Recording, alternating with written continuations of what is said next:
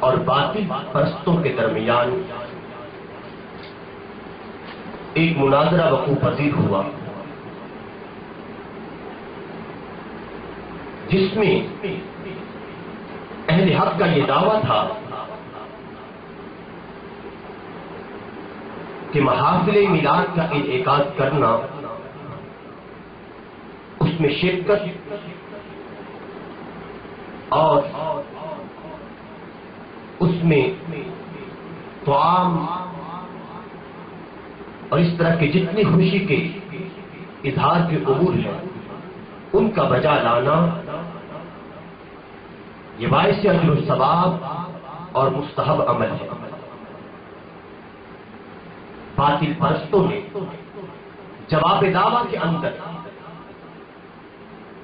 اس ہمارے دعویٰ کو تسلیم کر لیا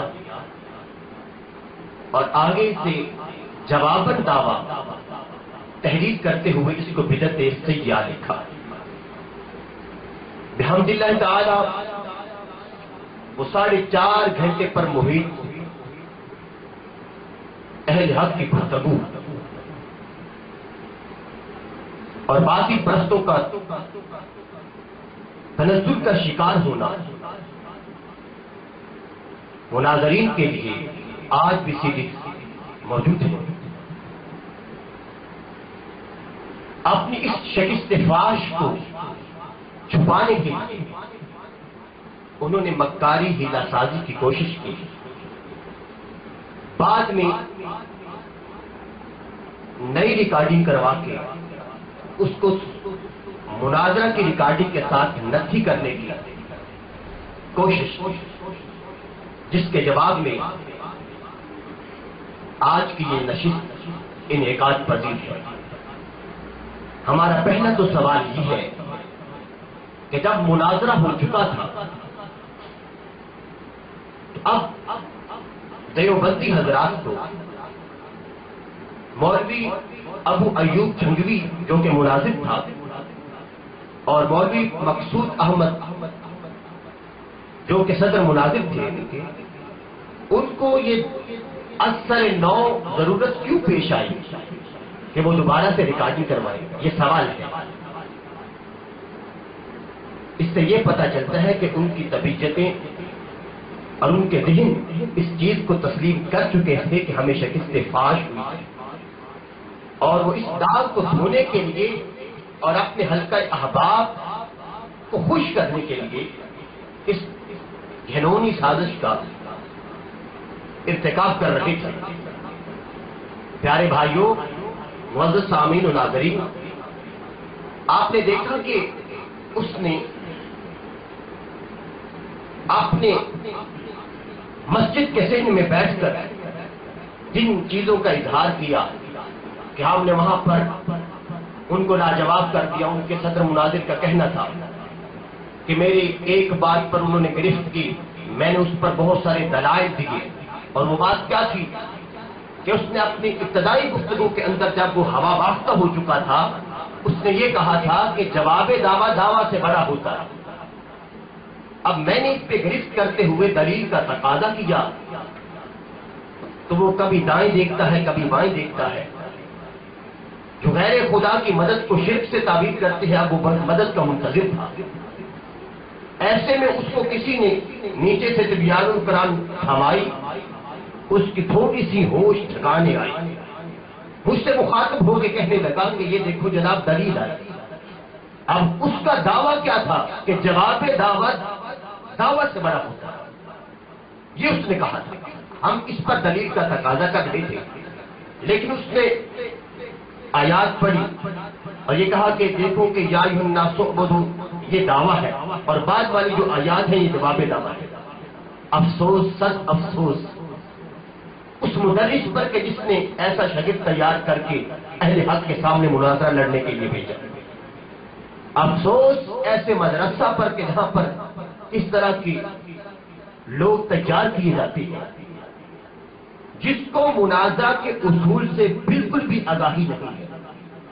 اب میں ایک عام سادہ مثال سامعین و ناظرین کی نظر کرنا چاہتا ہوں کہ ایک ہوتا ہے دعویٰ اور ایک ہوتا ہے جواب دعویٰ۔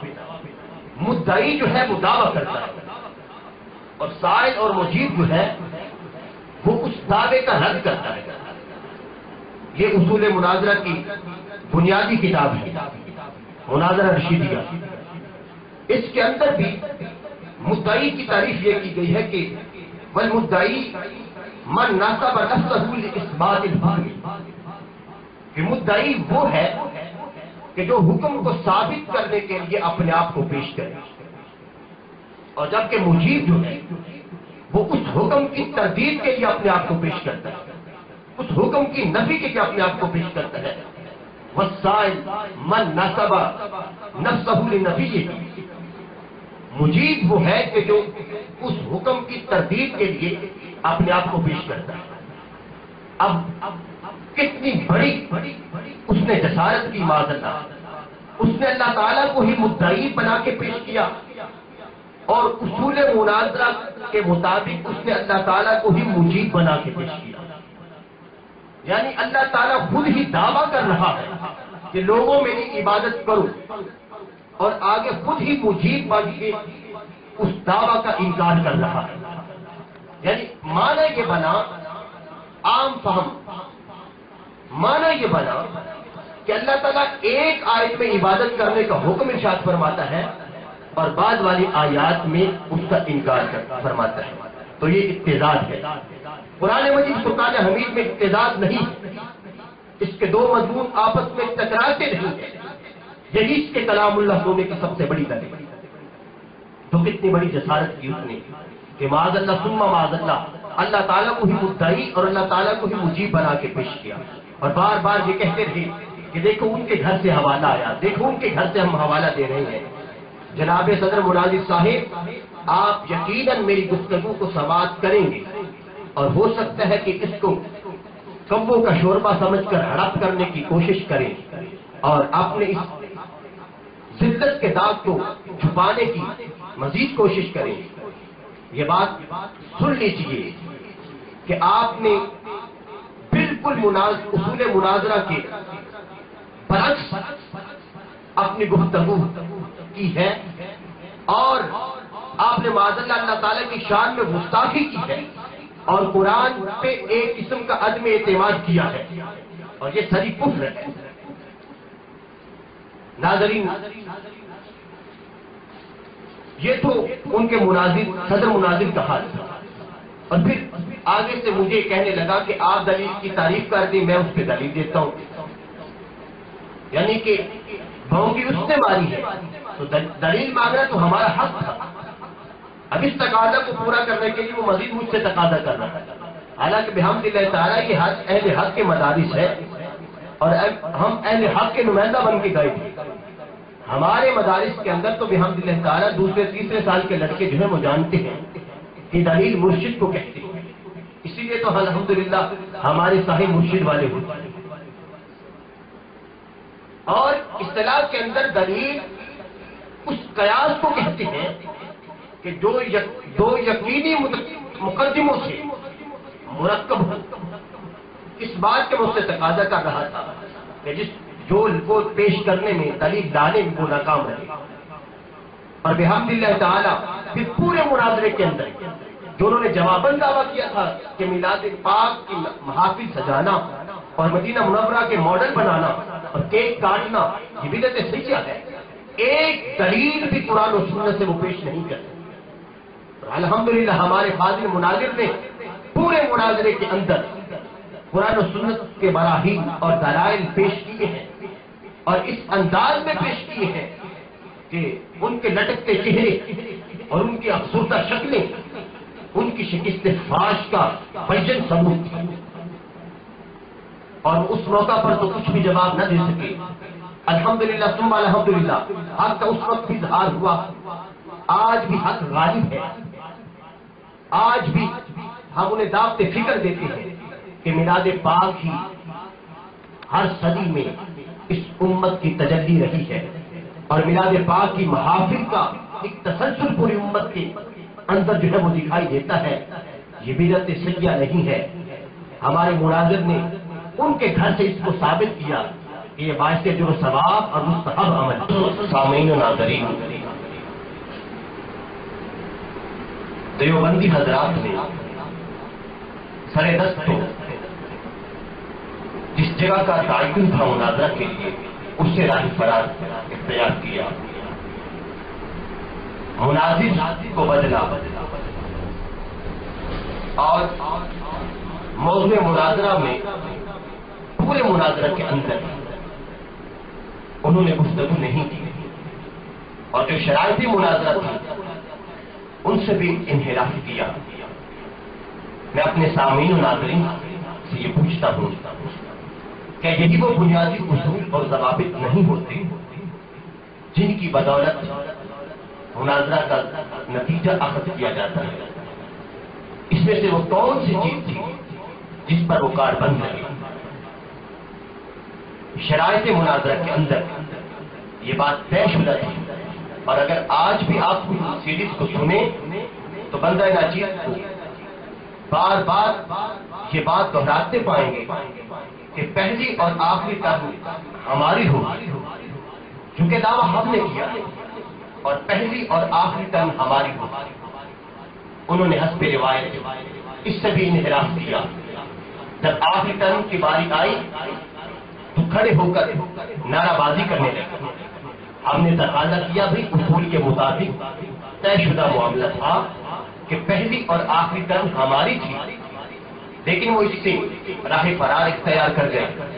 انہیں معلوم تھا کہ ہماری ہر بات کا جواب تو یہ دے چکے ہیں، اب آخری ٹرم میں یہ حضرت الفاظ مناظر جو ہے یہ مزید دلائل کے انبار لگا دیں گے اور ہماری پستی اور ہماری شکست کو مزید واضح کر دیں گے سامعین و ناظرین پر۔ تو ایسے میں انہوں نے راہ فرار اختیار کیا۔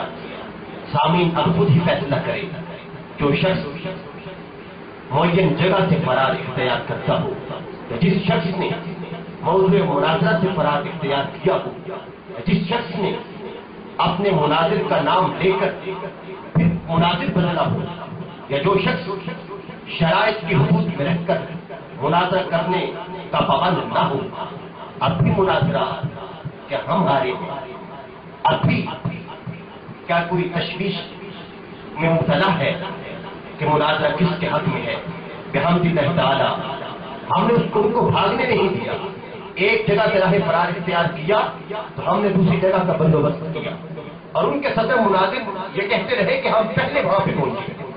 اب انہوں نے کیونکہ پولیس کو اطلاع دے دی تھی اس طرح مناظرہ ہونا، وہ تو میدان مناظرہ سے بھاگنا چاہتے تھے، ہم نے ان کے سارے راستے مسدود کر دیے، بھاگنے نہیں دیں۔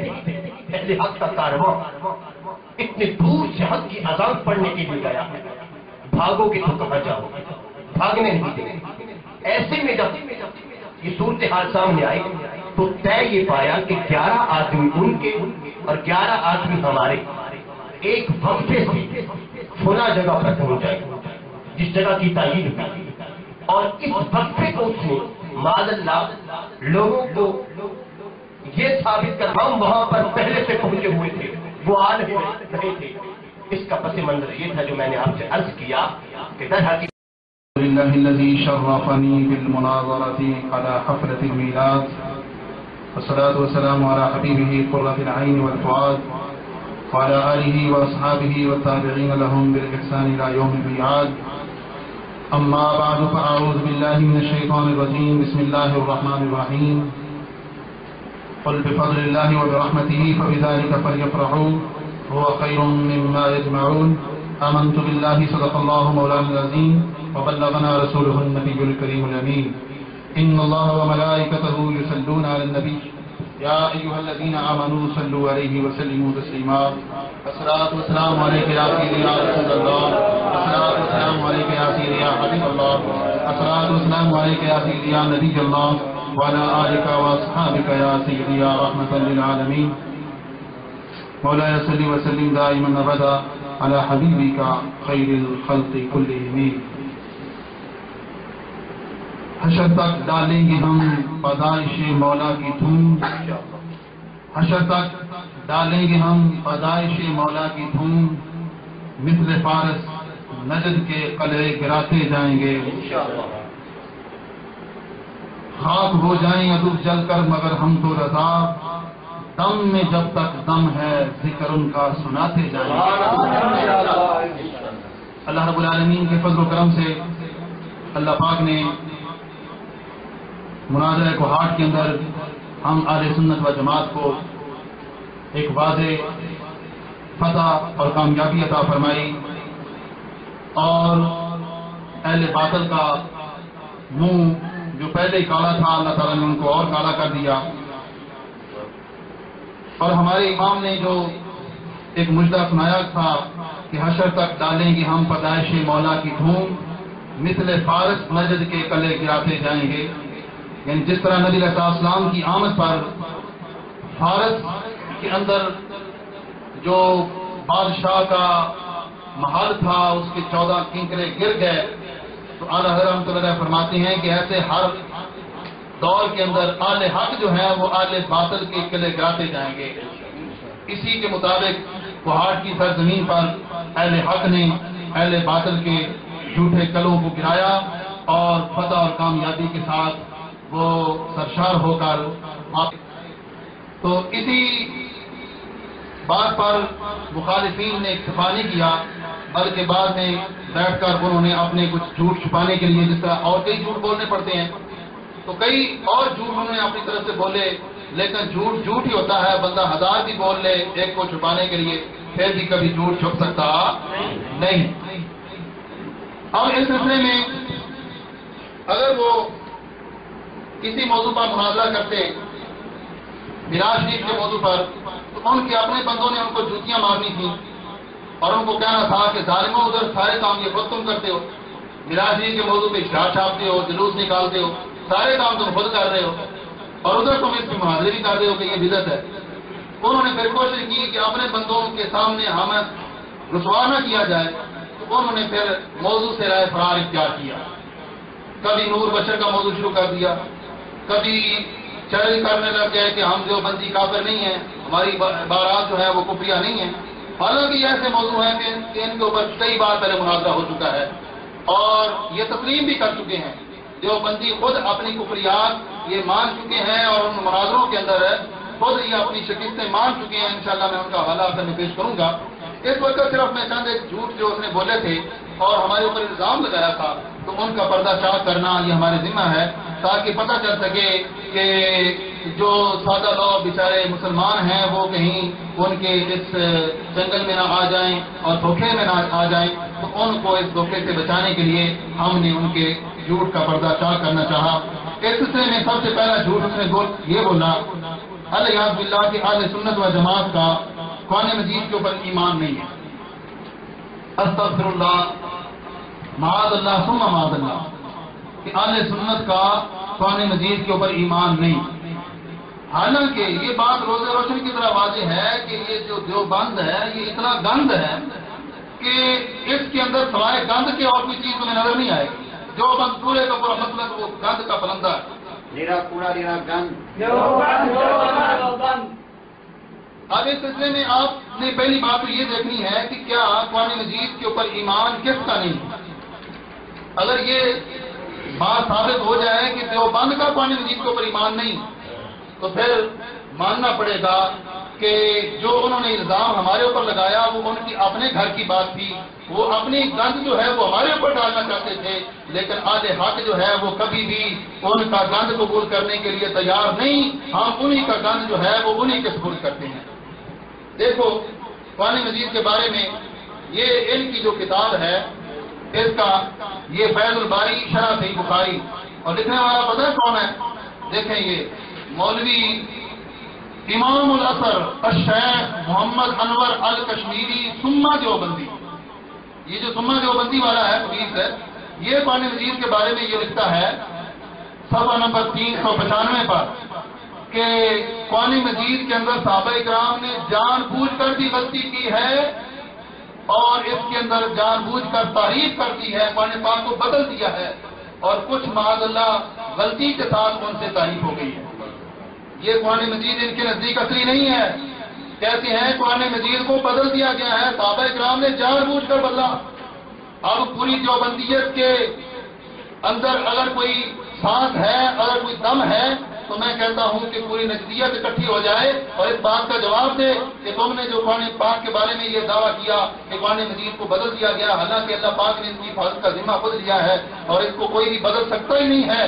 صرف جو بندی تو کیا اپنے کفار و مشرکین سب کو ملا لیں، یہود و نصارہ کو ملا لیں۔ اللہ تبارک و تعالیٰ نے چیلنج کر دیا ہے کہ اس کی مثل تم لا نہیں سکتے، اس کی حفاظت میں کرنے والا ہوں، لہذا تم اس کو بدل بھی نہیں سکتے ہو۔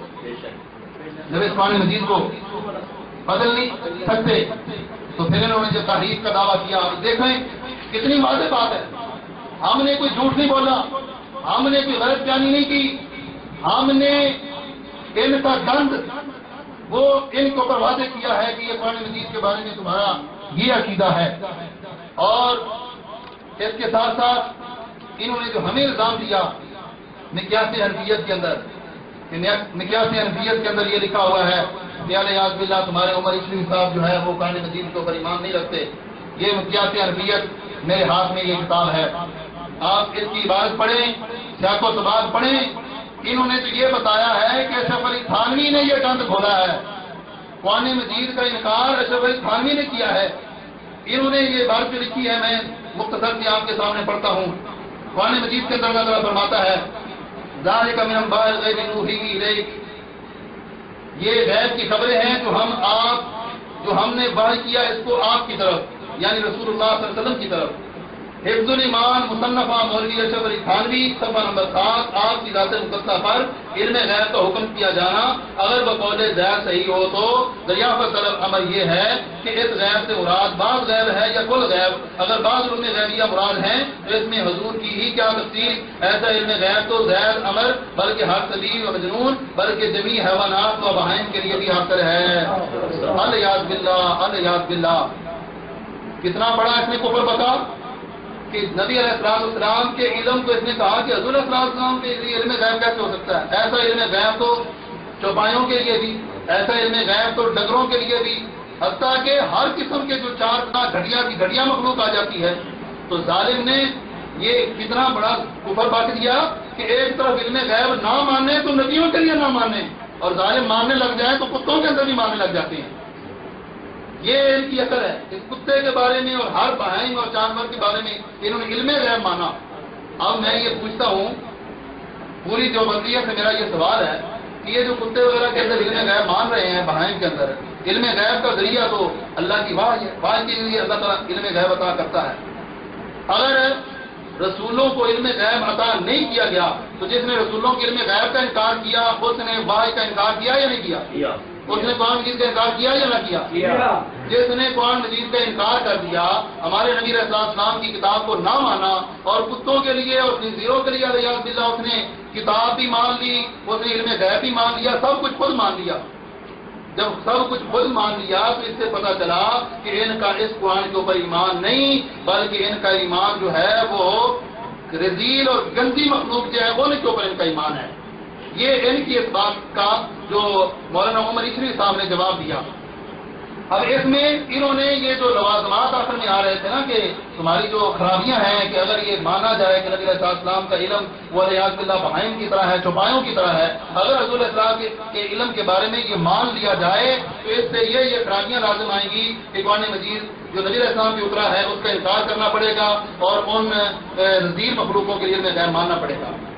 اب اس سلسلے میں ایک اس کی نظیر میں آپ کے سامنے پیش کرتا ہوں، جس طرح کی عبارت مولانا عمر اشرف صاحب کی ہے اسی طرح کی عبارت یہ شاہ عبد العزیز محدث دہلوی رحمۃ اللہ علیہ کی ہے۔ کمالات عزیزی صفحہ نمبر 5 پر یہ موجود ہے۔ ایک عیسائی نے آپ سے پوچھا کہ حضرت مجھے یہ تو بتاؤ کہ میدان کربلا کے اندر اللہ تعالیٰ نے امام حسین رضی اللہ تعالیٰ عنہ کی مدد کیوں نہیں کی؟ اللہ تعالیٰ مدد کر سکتا تھا، بچا سکتا تھا ان کو، ان کی مدد کر کے دشمنوں کو نیست و نابود کر سکتا تھا، مدد کیوں نہیں کی؟ انہوں نے الزامی جواب آگے دیتے ہوئے، چونکہ وہ عیسائی تھا سوال کرنے والا، الزامی جواب دیتے ہوئے یہ کہا کہ اللہ تعالیٰ اس وقت یہ سوچ رہا تھا کہ میرے بیٹے کو سولی پہ چڑھایا جا رہا ہے، میں نے اس وقت اس کی مدد نہیں کی تو اب میں مدد کیوں کروں؟ انہوں نے اس کو الزامی جواب دیا۔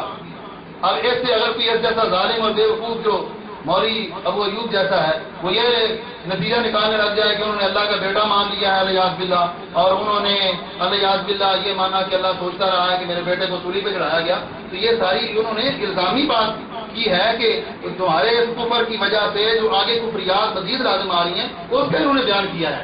اب اس سے ہر بندہ یہ سمجھ سکتا ہے کہ اس سے ان کی یہ مراد نہیں جو انہوں نے سمجھ رکھی ہے.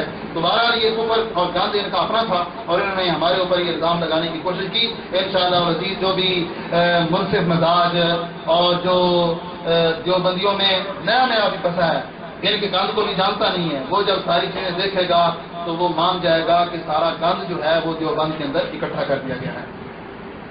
اب اس سلسلے میں ہم ان سے بار بار یہ مطالبہ کرتے رہے کہ ظالموں ہمارے ساتھ مناظرہ تم نے کرنا ہے میلاد شریف کے موضوع پہ, اور میلاد شریف کے موضوع پہ تم کوئی دلیل نہیں دے رہے ہو, بنتے سیاح کہتے ہو, بنتے سیاح ثابت نہیں کر رہے. اب اس نے کبھی اعلیٰ حضرت کا موضوع شروع کر لیا, کبھی نور بشر کا موضوع شروع کر لیا.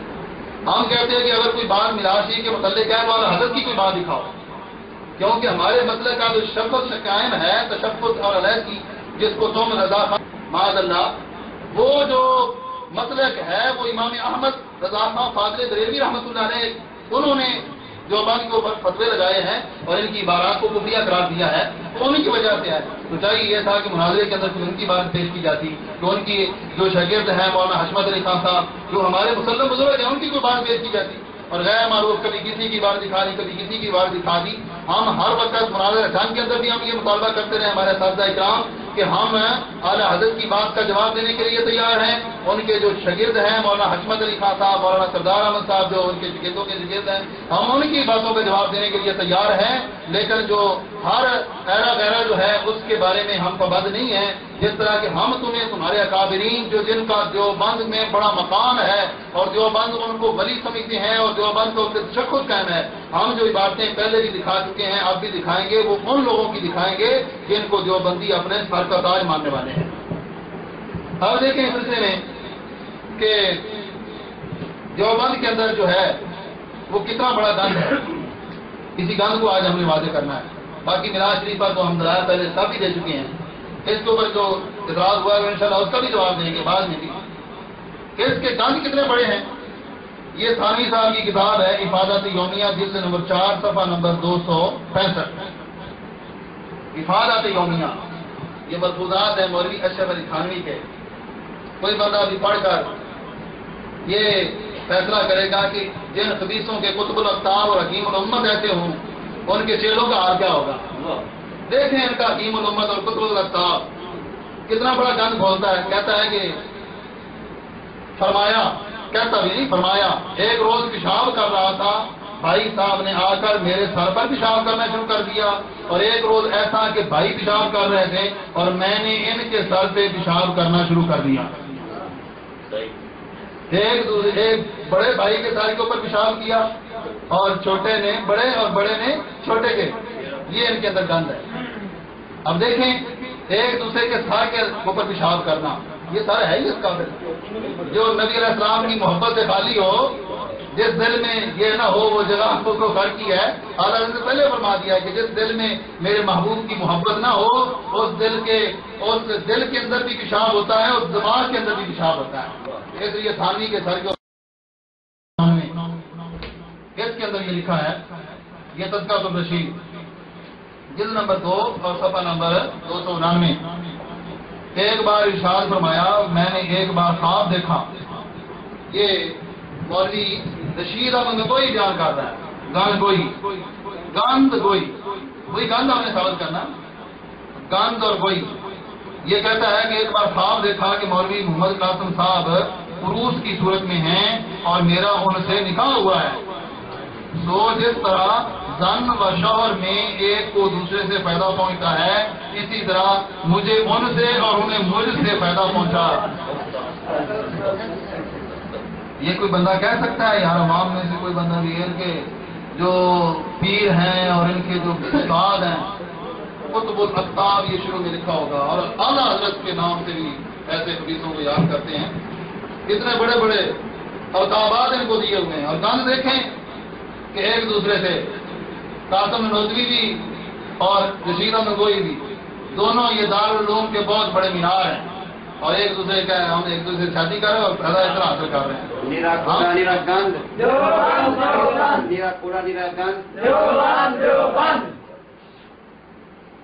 اب اگر دیوبند کے اندر ذرا بھی کوئی حیا کی رکھی ہے اور وہ نہیں ہے، لیکن پھر بھی میں کہتا ہوں کہ اگر کچھ بھی تمہیں ہماری باتوں کا احساس ہے تو پوری دیوبندیت اکٹھی ہو کے ہماری باتوں کا جواب دے. لیکن میں یقین سے کہتا ہوں سورج مغرب سے طلوع ہو سکتا ہے لیکن دیوبندی ہماری کسی بات کا جواب دے سکتے ہیں. اگلا کام دیکھو ان کا ارواح ثلاثہ نکالو یار. اس نے تو سارے جھوٹ بکے تھے، ہم کتابیں دکھا دکھا کر حقیقت دکھا رہے ہیں. اور یہ کوئی ماں قبل ماں بعد والی بات چھوڑ کے نہیں، ساری بات پڑھ رہے ہیں باقاعدہ حوالہ کتاب، اور کتاب بھی کوئی پرانی نہیں ہے، یہ نہیں چھپی ہوئی. یہ ارواح ثلاثہ جو ہے اس کے صفحہ نمبر 273 پہ لکھتا ہے کہ ایک دفعہ گنگو کی خانقاہ میں مجمع تھا، بڑے لوگ اکٹھے ہوئے، حضرت گنگوئی اور حضرت نانوتوی کے مرید و شاگرد سب جمع تھے. اور یہ دونوں حضرات بھی وہی مجمع میں تشریف فرما تھے کہ حضرت گنگوئی نے حضرت نانوتوی سے محبت امیز لہجہ میں فرمایا کہ یہاں ذرا لیٹ جاؤ. حضرت نانوتوی کچھ شرما سے گئے، مگر حضرت نے پھر فرمایا تو مولانا بہت ادب کے ساتھ چت لیٹ گئے. مولانا بڑے ادب کے ساتھ چت لیٹ گئے. حضرت بھی اسی چارپائی پر لیٹ گئے اور مولانا کی طرف وہ کروٹ لے کر اپنا ہاتھ ان کے سینے پہ رکھ دیا، جیسے کوئی عاشق صادق اپنے قلب کو تسکین دیا کرتا ہے. مولانا ہر چند فرماتے ہیں کہ میاں کیا کر رہے ہو، یہ لوگ کیا کہیں گے؟ حضرت نے فرمایا کہ لوگ کہیں گے کہنے دو. لیٹ کے ان کی حرکتیں دیکھیں لوگوں کے سامنے، اپنے شاگردوں کے سامنے. جو استاد اپنے شاگردوں کے سامنے اس طرح بے حیائی کر رہا ہو تو شاگرد کتنے بے حیا اور بغیرت ہوں گے. شاگردوں کا شاگرد ہے تو اب اس کا اندازہ آپ خود لگا لیں گے یہ کتنا بڑا بے حیا اور بغیرت ہوگا. اب اس نے جتنی مناظرے کے اندر گند کھولنے کی کوشش کی ان کا ہم فوراً جواب دیتے رہے، لیکن اس کا تکیہ کلام بھی اس طرح تھا، بڑی گھٹیا قسم کی گفتگو اور بازاری زبان استعمال کرنے کی اس نے کوشش کی. لیکن ہم نے کہا کہ ذرا سنجیدگی اختیار کی جائے. اب اس نے دوسرا الزام ہمارے اوپر یہ لگایا کہ یہ جو علماء اہل سنت ہے نا، انہوں نے امام بخاری رحمۃ اللہ علیہ کو الیاذ باللہ جو ہے یہ صحیح نہیں مانتے اور ان کے بارے میں انہوں نے گستاخ رسول ہونے کا لکھا ہے. یہ بھی ایک ہمارے اوپر الزام ہے. اعلیٰ حضرت رحمۃ اللہ کی کسی عبارت سے اور اعلیٰ حضرت کے جو مسند شاگرد ہیں سارے آپ کے مولانا حشمت علی خان سے جن کا میں بار بار نام، ان کی کسی عبارت سے دکھا دیں کہ انہوں نے یہ لکھا ہو کہ بخاری جو ہے وہ امام بخاری وہ قابل مواخذہ ہیں یا گستاخ رسول ہیں. ہمارے امام اہل سنت نے امام بخاری کا بڑا ادب و احترام کیا ہے، ان کا رتبہ اور مقام بیان کیا ہے، لیکن یہ بھی اصل بات ان کی تھی. یہ امام بخاری کو گستاخ کہنے والا مسئلہ یہ کن کا تھا؟ تیسری بات اور تیسرا جھوٹ جو بہت ہی بڑا جھوٹ، قرآن مقدس اور بخاری محدث. یعنی ایک طرف قرآن اور دوسری طرف بخاری، یعنی بخاری کو قرآن کے مقابل قرار دیا ہے اور امام بخاری کو قرآن کا منکر قرار دیا ہے. جو قرآن کا منکر ہو وہ کون ہوتا ہے؟ کافر ہوتا ہے. پوری کتاب لکھ کر دیوبندیوں نے پوری کتاب لکھ کر یہ کہا کہ امام بخاری جو ہے الیاذ باللہ کافر ہے. یہ الزام مجھے دے رہے تھے اور ہمیں کہہ رہے تھے کہ تمہارا قرآن پاک کے اوپر ایمان نہیں، حالانکہ یہ کام ان کا اپنا تھا. اس کے بعد موضوع سرائے فرار بار بار وہ اختیار کرتا رہا. اس نے نور بشر کا موضوع چھیڑنا چاہا اور بعد میں جو اس نے جھوٹی ریکارڈنگ کی ہے الزام لگایا اس کے اندر بھی اس نے نور بشر کا یہ کہا. اس نے کہا کہ تم نبی السلام کے بشریت سے قائل نہیں ہو، اس لیے میلاد تو بشر کا ہوتا ہے، تو اس لیے جو میلاد منانا یا تو چھوڑ دو اور یا نبی السلام کو بشر مان لو اور نور کہنا چھوڑ دو. ہم نے اس وقت بھی اس بات کا جواب دیا کہ بشر بھی ہم مانتے ہیں اور نور بھی بشر بھی بے مثل مانتے ہیں اور نور بھی بے مثل مانتے ہیں، لیکن کیا وہ ہمارے جیسے بشر ہے؟ یہ اس بات کا ہم انکار کرتے ہیں. اب یہ بات صرف ہماری نہیں بلکہ ان کے یہاں بھی مسلم ہے، وہ بھی اس بات کو مانتے ہیں کہ نبی علیہ السلام کو بشر نہ کہا جائے. اس نے تو الزام ہمارے اوپر دیا کہ یہ بشریت کے منکر ہے.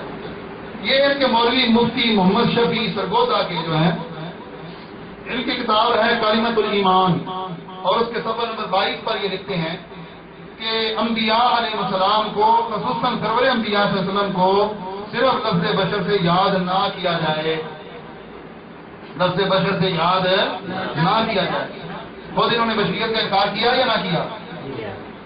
تو جو فتویٰ ہمارے اوپر لگانا ہے وہ اپنے بات کے اوپر بھی لگا، تجھے پتہ چل جائے گا. مار مار کے تیری شکل نہ بگاڑ دیں تو پھر آگے کہنا. پہلے بھی شکل اس کی طرح جیسے ابھی جہنم سے نکال کے لایا. مزید بس کی اتنی پٹائی کریں گے کہ اس کو جانے کا بھاگنے کا کوئی رستہ نہیں ملے گا. اس سلسلے میں امداد السلوک جو ان کی کتاب ہے اس کو نہ مانیں تو یہ امداد السلوک ہم دکھاتے ہیں. امداد السلوک کے اندر نبی علیہ السلام کے بارے میں یہ لکھتا ہے مولوی رشید احمد گنگوئی، اور اس میں یہ لکھا حضرت شیخ قطب الدین اور اس کا جو ہے مؤلف جو ہے حضرت امام ربانی حضرت مولانا رشید احمد گنگوئی صاحب صفحہ نمبر 201 پہ لکھتے ہیں کہ نور سے مراد حبیب خدا صلی اللہ علیہ وسلم کی ذات ہے. ذات کے لفظ پہ غور کریں. جو بندی دھوکہ دینے کے لیے کہتے ہیں ہم ہدایت نور ہدایت مانتے ہیں، ہم آپ کی ذات کو نور نہیں مانتے. یہ ان کا پیو باپ جو ہے وہ کہہ رہا ہے، پیو جس کے ہر وقت گن گاتے ہیں بار بار رحمت اللہ علیہ رحمت اللہ علیہ. یہ تو لعنت اللہ علیہ حدیث کا گند میں نے آپ کے سامنے پہلے پیش کیا کس طرح یہ لوگوں کے سامنے، اور کہہ رہا ہے کہ نبی علیہ السلام کی ذات نور ہے. جادو وہ جو سر چڑھ کر بولے، جواب وہ ہوتا ہے کہ جو ان کا قطب الکتاب بھی مان جائے. یہ خود مان رہے ہیں کہ نبی علیہ السلام کی ذات نور ہے. اب اس مسئلے میں کوئی اختلاف باقی رہ گیا؟ یا تو اس کے اوپر کفر کا فتویٰ لگا کہ اس نے نبی علیہ السلام کی ذات کو نور کہا ہے اور بشریت کا کام انکار کیا. کہ ذات نور ہے، ظاہر ہے ذات نور ہے، ذات بشریت نہیں ہے. جیسے تم کہتے ہو کہ بشر اور نور اکٹھے نہیں ہو سکتے، یہ تمہارے مولوی صاحب نے خود اس چیز کا اقرار کیا.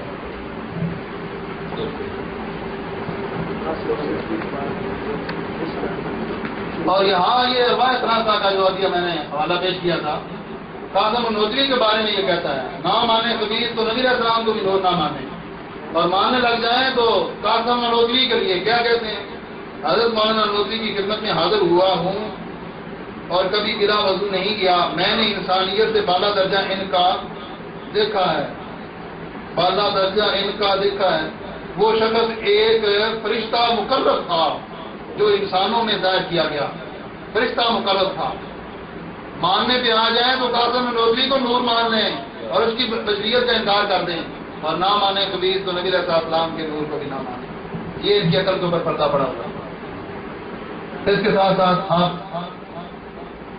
یہ بات بھی پیش نظر رہے آپ کے کہ صحابہ کرام علیہ رضوان نے کبھی بھی آپ صلی اللہ علیہ وسلم کو اپنی مثل بشر نہیں کہا. ہم نے محاضرے بھی اس کا مطالبہ کیا اور آپ بھی کر رہے ہیں کہ اگر تم یہ کہتے ہو کہ واقعی نبی علیہ السلام کو بشر کہا جائے اپنی مثل، تو ہم یہ کہتے ہیں کہ کوئی ایک حوالہ ایسا دکھاؤ کہ صحابہ کرام بھی نبی علیہ السلام کو اپنی مثل بشر کہہ کر پکارتے ہوں اور اس طرح کا کہتے ہوں جس طرح کہ تم ہر وقت بکواس کرتے رہتے ہو. لہذا ماننا پڑے گا کہ نبی علیہ السلام بشریت میں بے مثل و بے مثال ہیں، لیکن جب آپ کا ذکر کیا جائے گا تو فضائل اور کمالات کے ساتھ آپ کا ذکر کیا جائے گا. اس کے بعد اس نے ایک اور بات یہ پیش کی، نور کے بارے میں ہم نے مناظرے کے اندر یہ حوالہ پیش کیا تھا. اس نے کہا کہ تم نبی علیہ السلام کو نور مانتے ہو بشر نہیں مانتے. ہم نے یہ کتاب دکھائی، یہ تمہارا باپ لکھ رہا ہے کہ پہلی فصل ہے نور محمدی کے بیان میں. نور محمدی کے بیان میں نبی علیہ السلام کی ذات کو نور کہا، نور مانا، اسی کا خود نے اقرار کیا. نشر الطیب ہے. اس کے بعد یہ مسئلہ تو بڑا تفصیلی ہے، اس پہ کبھی اگر وہ مناظرہ کرنا چاہے، اس کا شوق ہو تو انشاءاللہ جہاں میدان سجائے گا آپ وہاں پہنچیں گے اور ان کا جا کے سر کوٹیں گے اور ان کو شکست دیں گے. اگلا حوالہ اس نے یہ پیش کیا کہ تم بنیاد الطالبین جو ہے وہ غوث پاک کی کتاب ہے اور تم اس کا انکار کرتے ہو کہ یہ غوث پاک کی کتاب نہیں ہے. اس سلسلے میں ہم نے مناظرے کے اندر یہ حوالہ پیش کیا کہ یہ جو نبراس ہے، نبراس کے اندر یہ لکھا ہوا ہے بنیاد الطالبین کے بارے میں. نبراس جو درسی کتاب شرح عقائد کی شرح ہے، جو سارے جو بندی مدرسوں میں بھی پڑھائی جاتی ہے شرح عقائد، حافظ بھی پڑھاتے ہیں، سب یہ پڑھاتے ہیں. اس کی یہ نبراس جو سب کے نزدیک مسلم کتاب ہے، اس کے اندر یہ لکھا ہوا ہے کہ تمہیں بنیاد الطالبین دھوکہ نہ دے جو حضرت غوث الاعظم عبد القادر جیلانی قدس سرہ العزیز کی طرف منسوب ہے، کیونکہ یہ نسبت غیر صحیحہ ہے اور اس میں موضوع حدیث کافی ہیں، وافر ہیں. یہ نسبت غیر صحیحہ ہے. اور اس کے اندر پھر شیخ عبدالعزیز محدث دہلوی رحمۃ اللہ علیہ کا بھی بیان یہ لکھا ہوا ہے.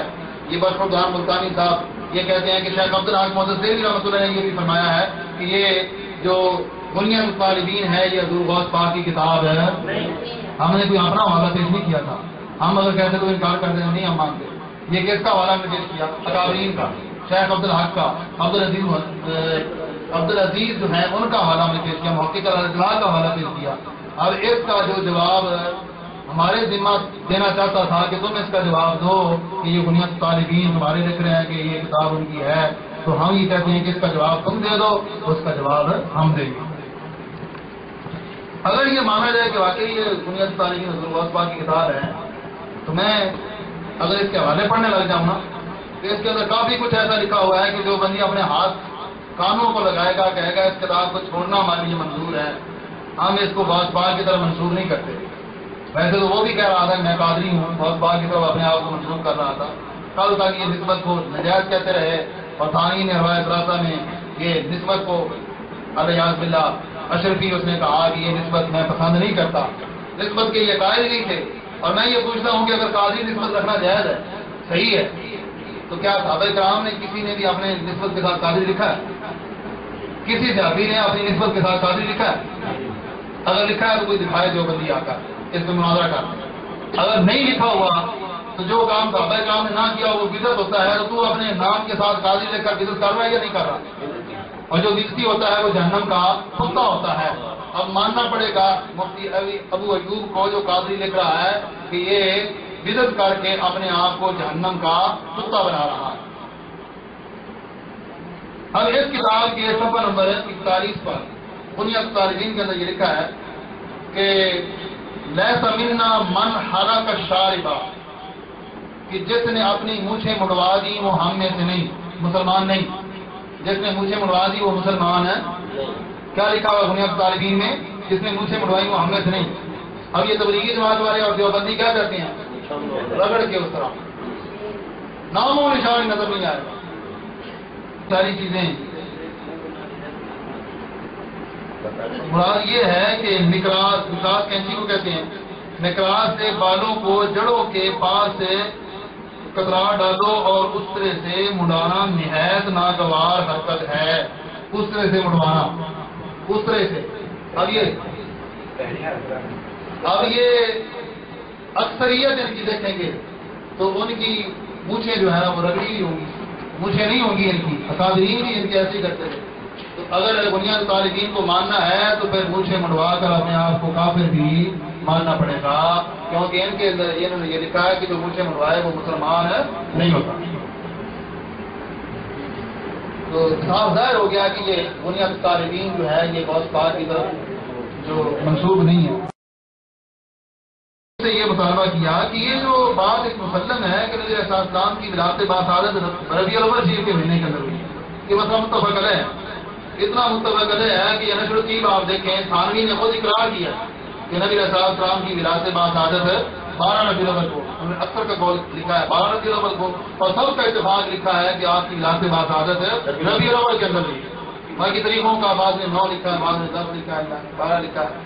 اختلاف طریقوں کا ہے لیکن ربیع الاول کے مہینے کا کسی کا بھی اختلاف نہیں ہے. جو بات مسلم ہو اس کا انکار کیوں کر سکتے ہیں؟ اگلی بات اس نے یہ کہی کہ صحابہ کرام کو 10 محرم کو غم مناتے تھے.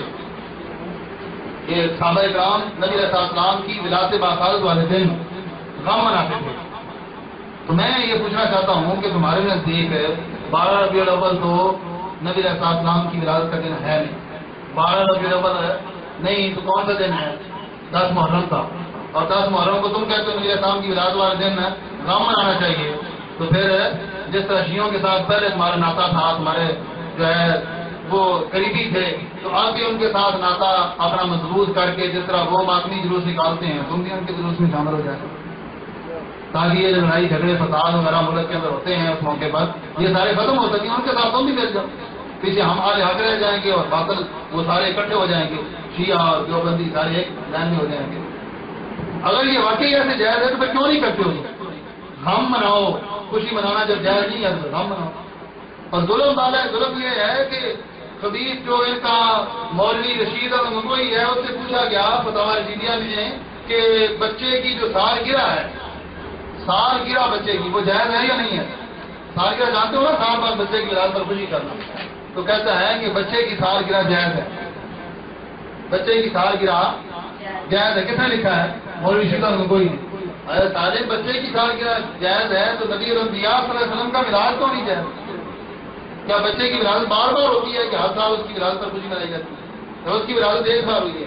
یہ دیکھیں، یہ فتاوی رشیدیہ ہے، صفحہ نمبر 567 ہے، اس کے اندر بچے کی ولادت کے بارے میں لکھتا ہے، یہ بالکل جائز ہے۔ اور پھر نبی علیہ السلام کی میراث شریف کو اعلان کر رہا ہے، اور اس میں الزام نے یہ دیا کہ تم علیہ باللہ اعلیٰ حضرت رحمۃ اللہ کو اتنا زیادہ بڑھا چڑھا دیتے ہو اور بہت زیادہ اس میں مبالغہ کرتے ہو، ہم نے یہ الزام دیا، حالانکہ یہ الزام جو ہے ہمارے اوپر سراسر جھوٹ ہے، اور یہ سارے کا پہلے کارنامے ان کے اپنے ہیں۔ یہ کتاب بھی بڑی دیکھنے والی ہے، الامداد، اس کے صفحہ نمبر 35 کے اوپر لکھا ہوا ہے کہ مولوی اشرف علی تھانوی کے ایک مرید نے اپنے پیر کا کلمہ پڑھتے ہوئے یہ کہا، الیاذ باللہ، لا الہ الا اللہ محمد رسول اللہ کی بجائے لا الہ الا اللہ اشرف علی رسول اللہ، حضور کے نام کی بجائے اشرف علی تھانوی کا کلمہ۔ اب کس نے نبیوں کے برابر قرار دیا اپنے مولویوں کو؟ جو بندیوں نے قرار دیا نا، کتنا زیادہ بڑھا دیا۔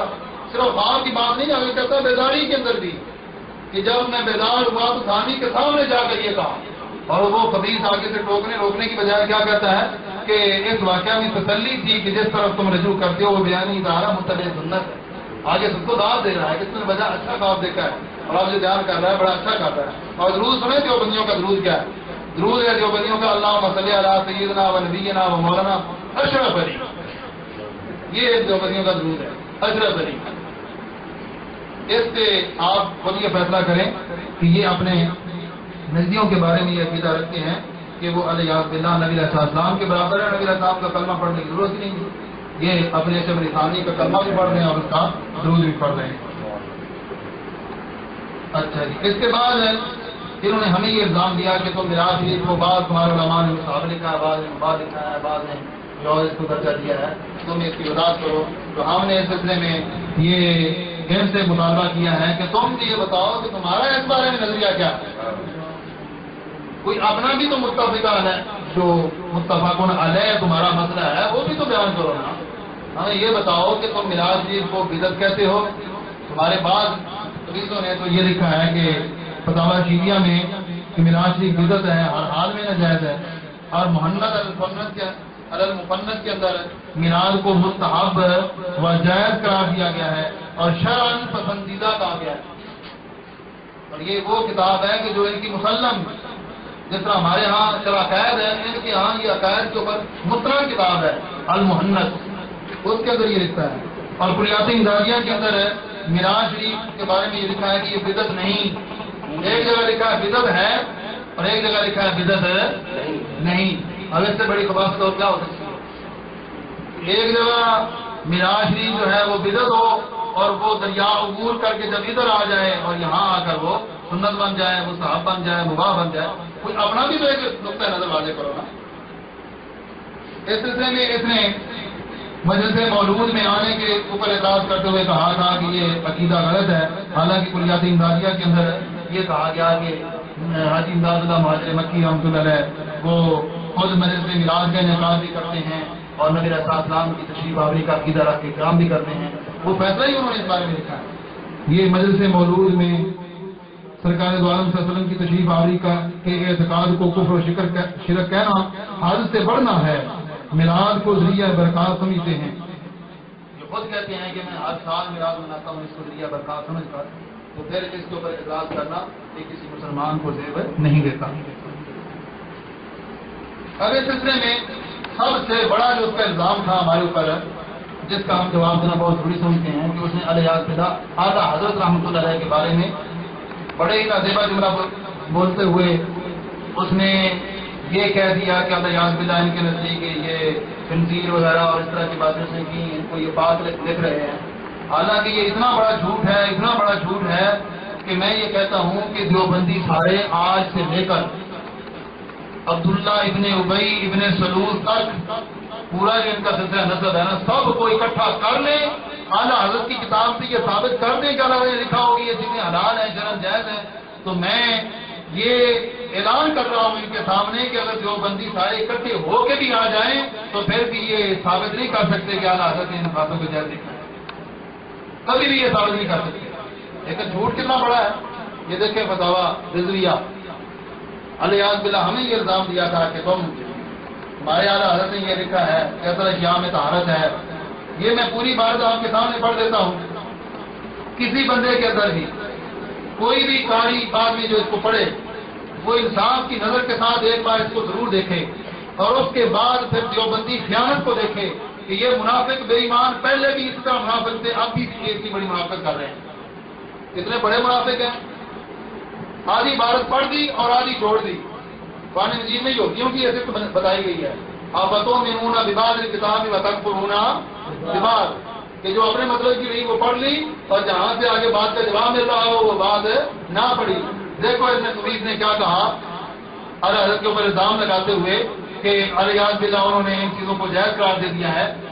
وہ آپ مناظرے والی سیڑھی دیکھیں اور اس کے بعد انہوں نے ڈرامہ بچایا تھا وہ آپ دیکھیں۔ اب یہاں پہ اصل عبارت جو ہے اعلیٰ حضرت کی وہ آپ ذہن میں رکھیں، اصل تمام اشیاء میں طہارت ہے، حتیٰ کہ خنزیر بھی، کیونکہ وہ منی سے ہے، منی خون سے ہے، خون غذا سے ہے اور غذا عناصر سے اور عناصر پاک ہیں، حتیٰ کہ اگر شریعت اسے نجس عین قرار نہ دیتی تو وہ اپنی اثر پہ باقی رہتا، حتیٰ کہ شریعت اگر اسے نجس عین، شریعت کیا ہے، قرآن مجید نے بھی خنزیر کو نجس عین قرار دیا، انما حرم علیکم المیتۃ والدم ولحم الخنزیر۔ جب شریعت کا ذکر کر رہے ہیں کہ اس نے نجس عین قرار دیا ہے، اگر قرآن مجید نہ کہتا، جو قرآن کو نہیں مانتے وہ آج بھی خنزیر کھا رہے ہیں، عیسائی کھاتے ہیں نا، تو قرآن مجید نے تو اس کو نجس قرار دیا، لیکن حدیث نے اوپر والی بات پڑھ دی اور آگے نہ پڑھی اور بالکل مسئلہ واضح تھا اور اعلیٰ حضرت پر الزام لگا دیا۔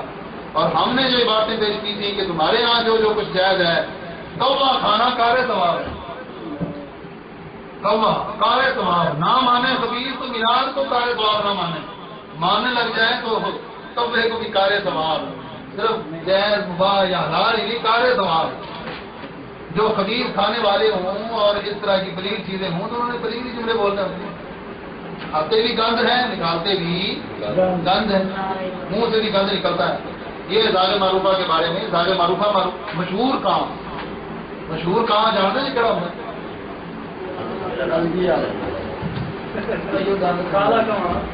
جو بنیا کی دوسری شکل و صورت دیکھنی ہوئے تو کان دیکھ لائے۔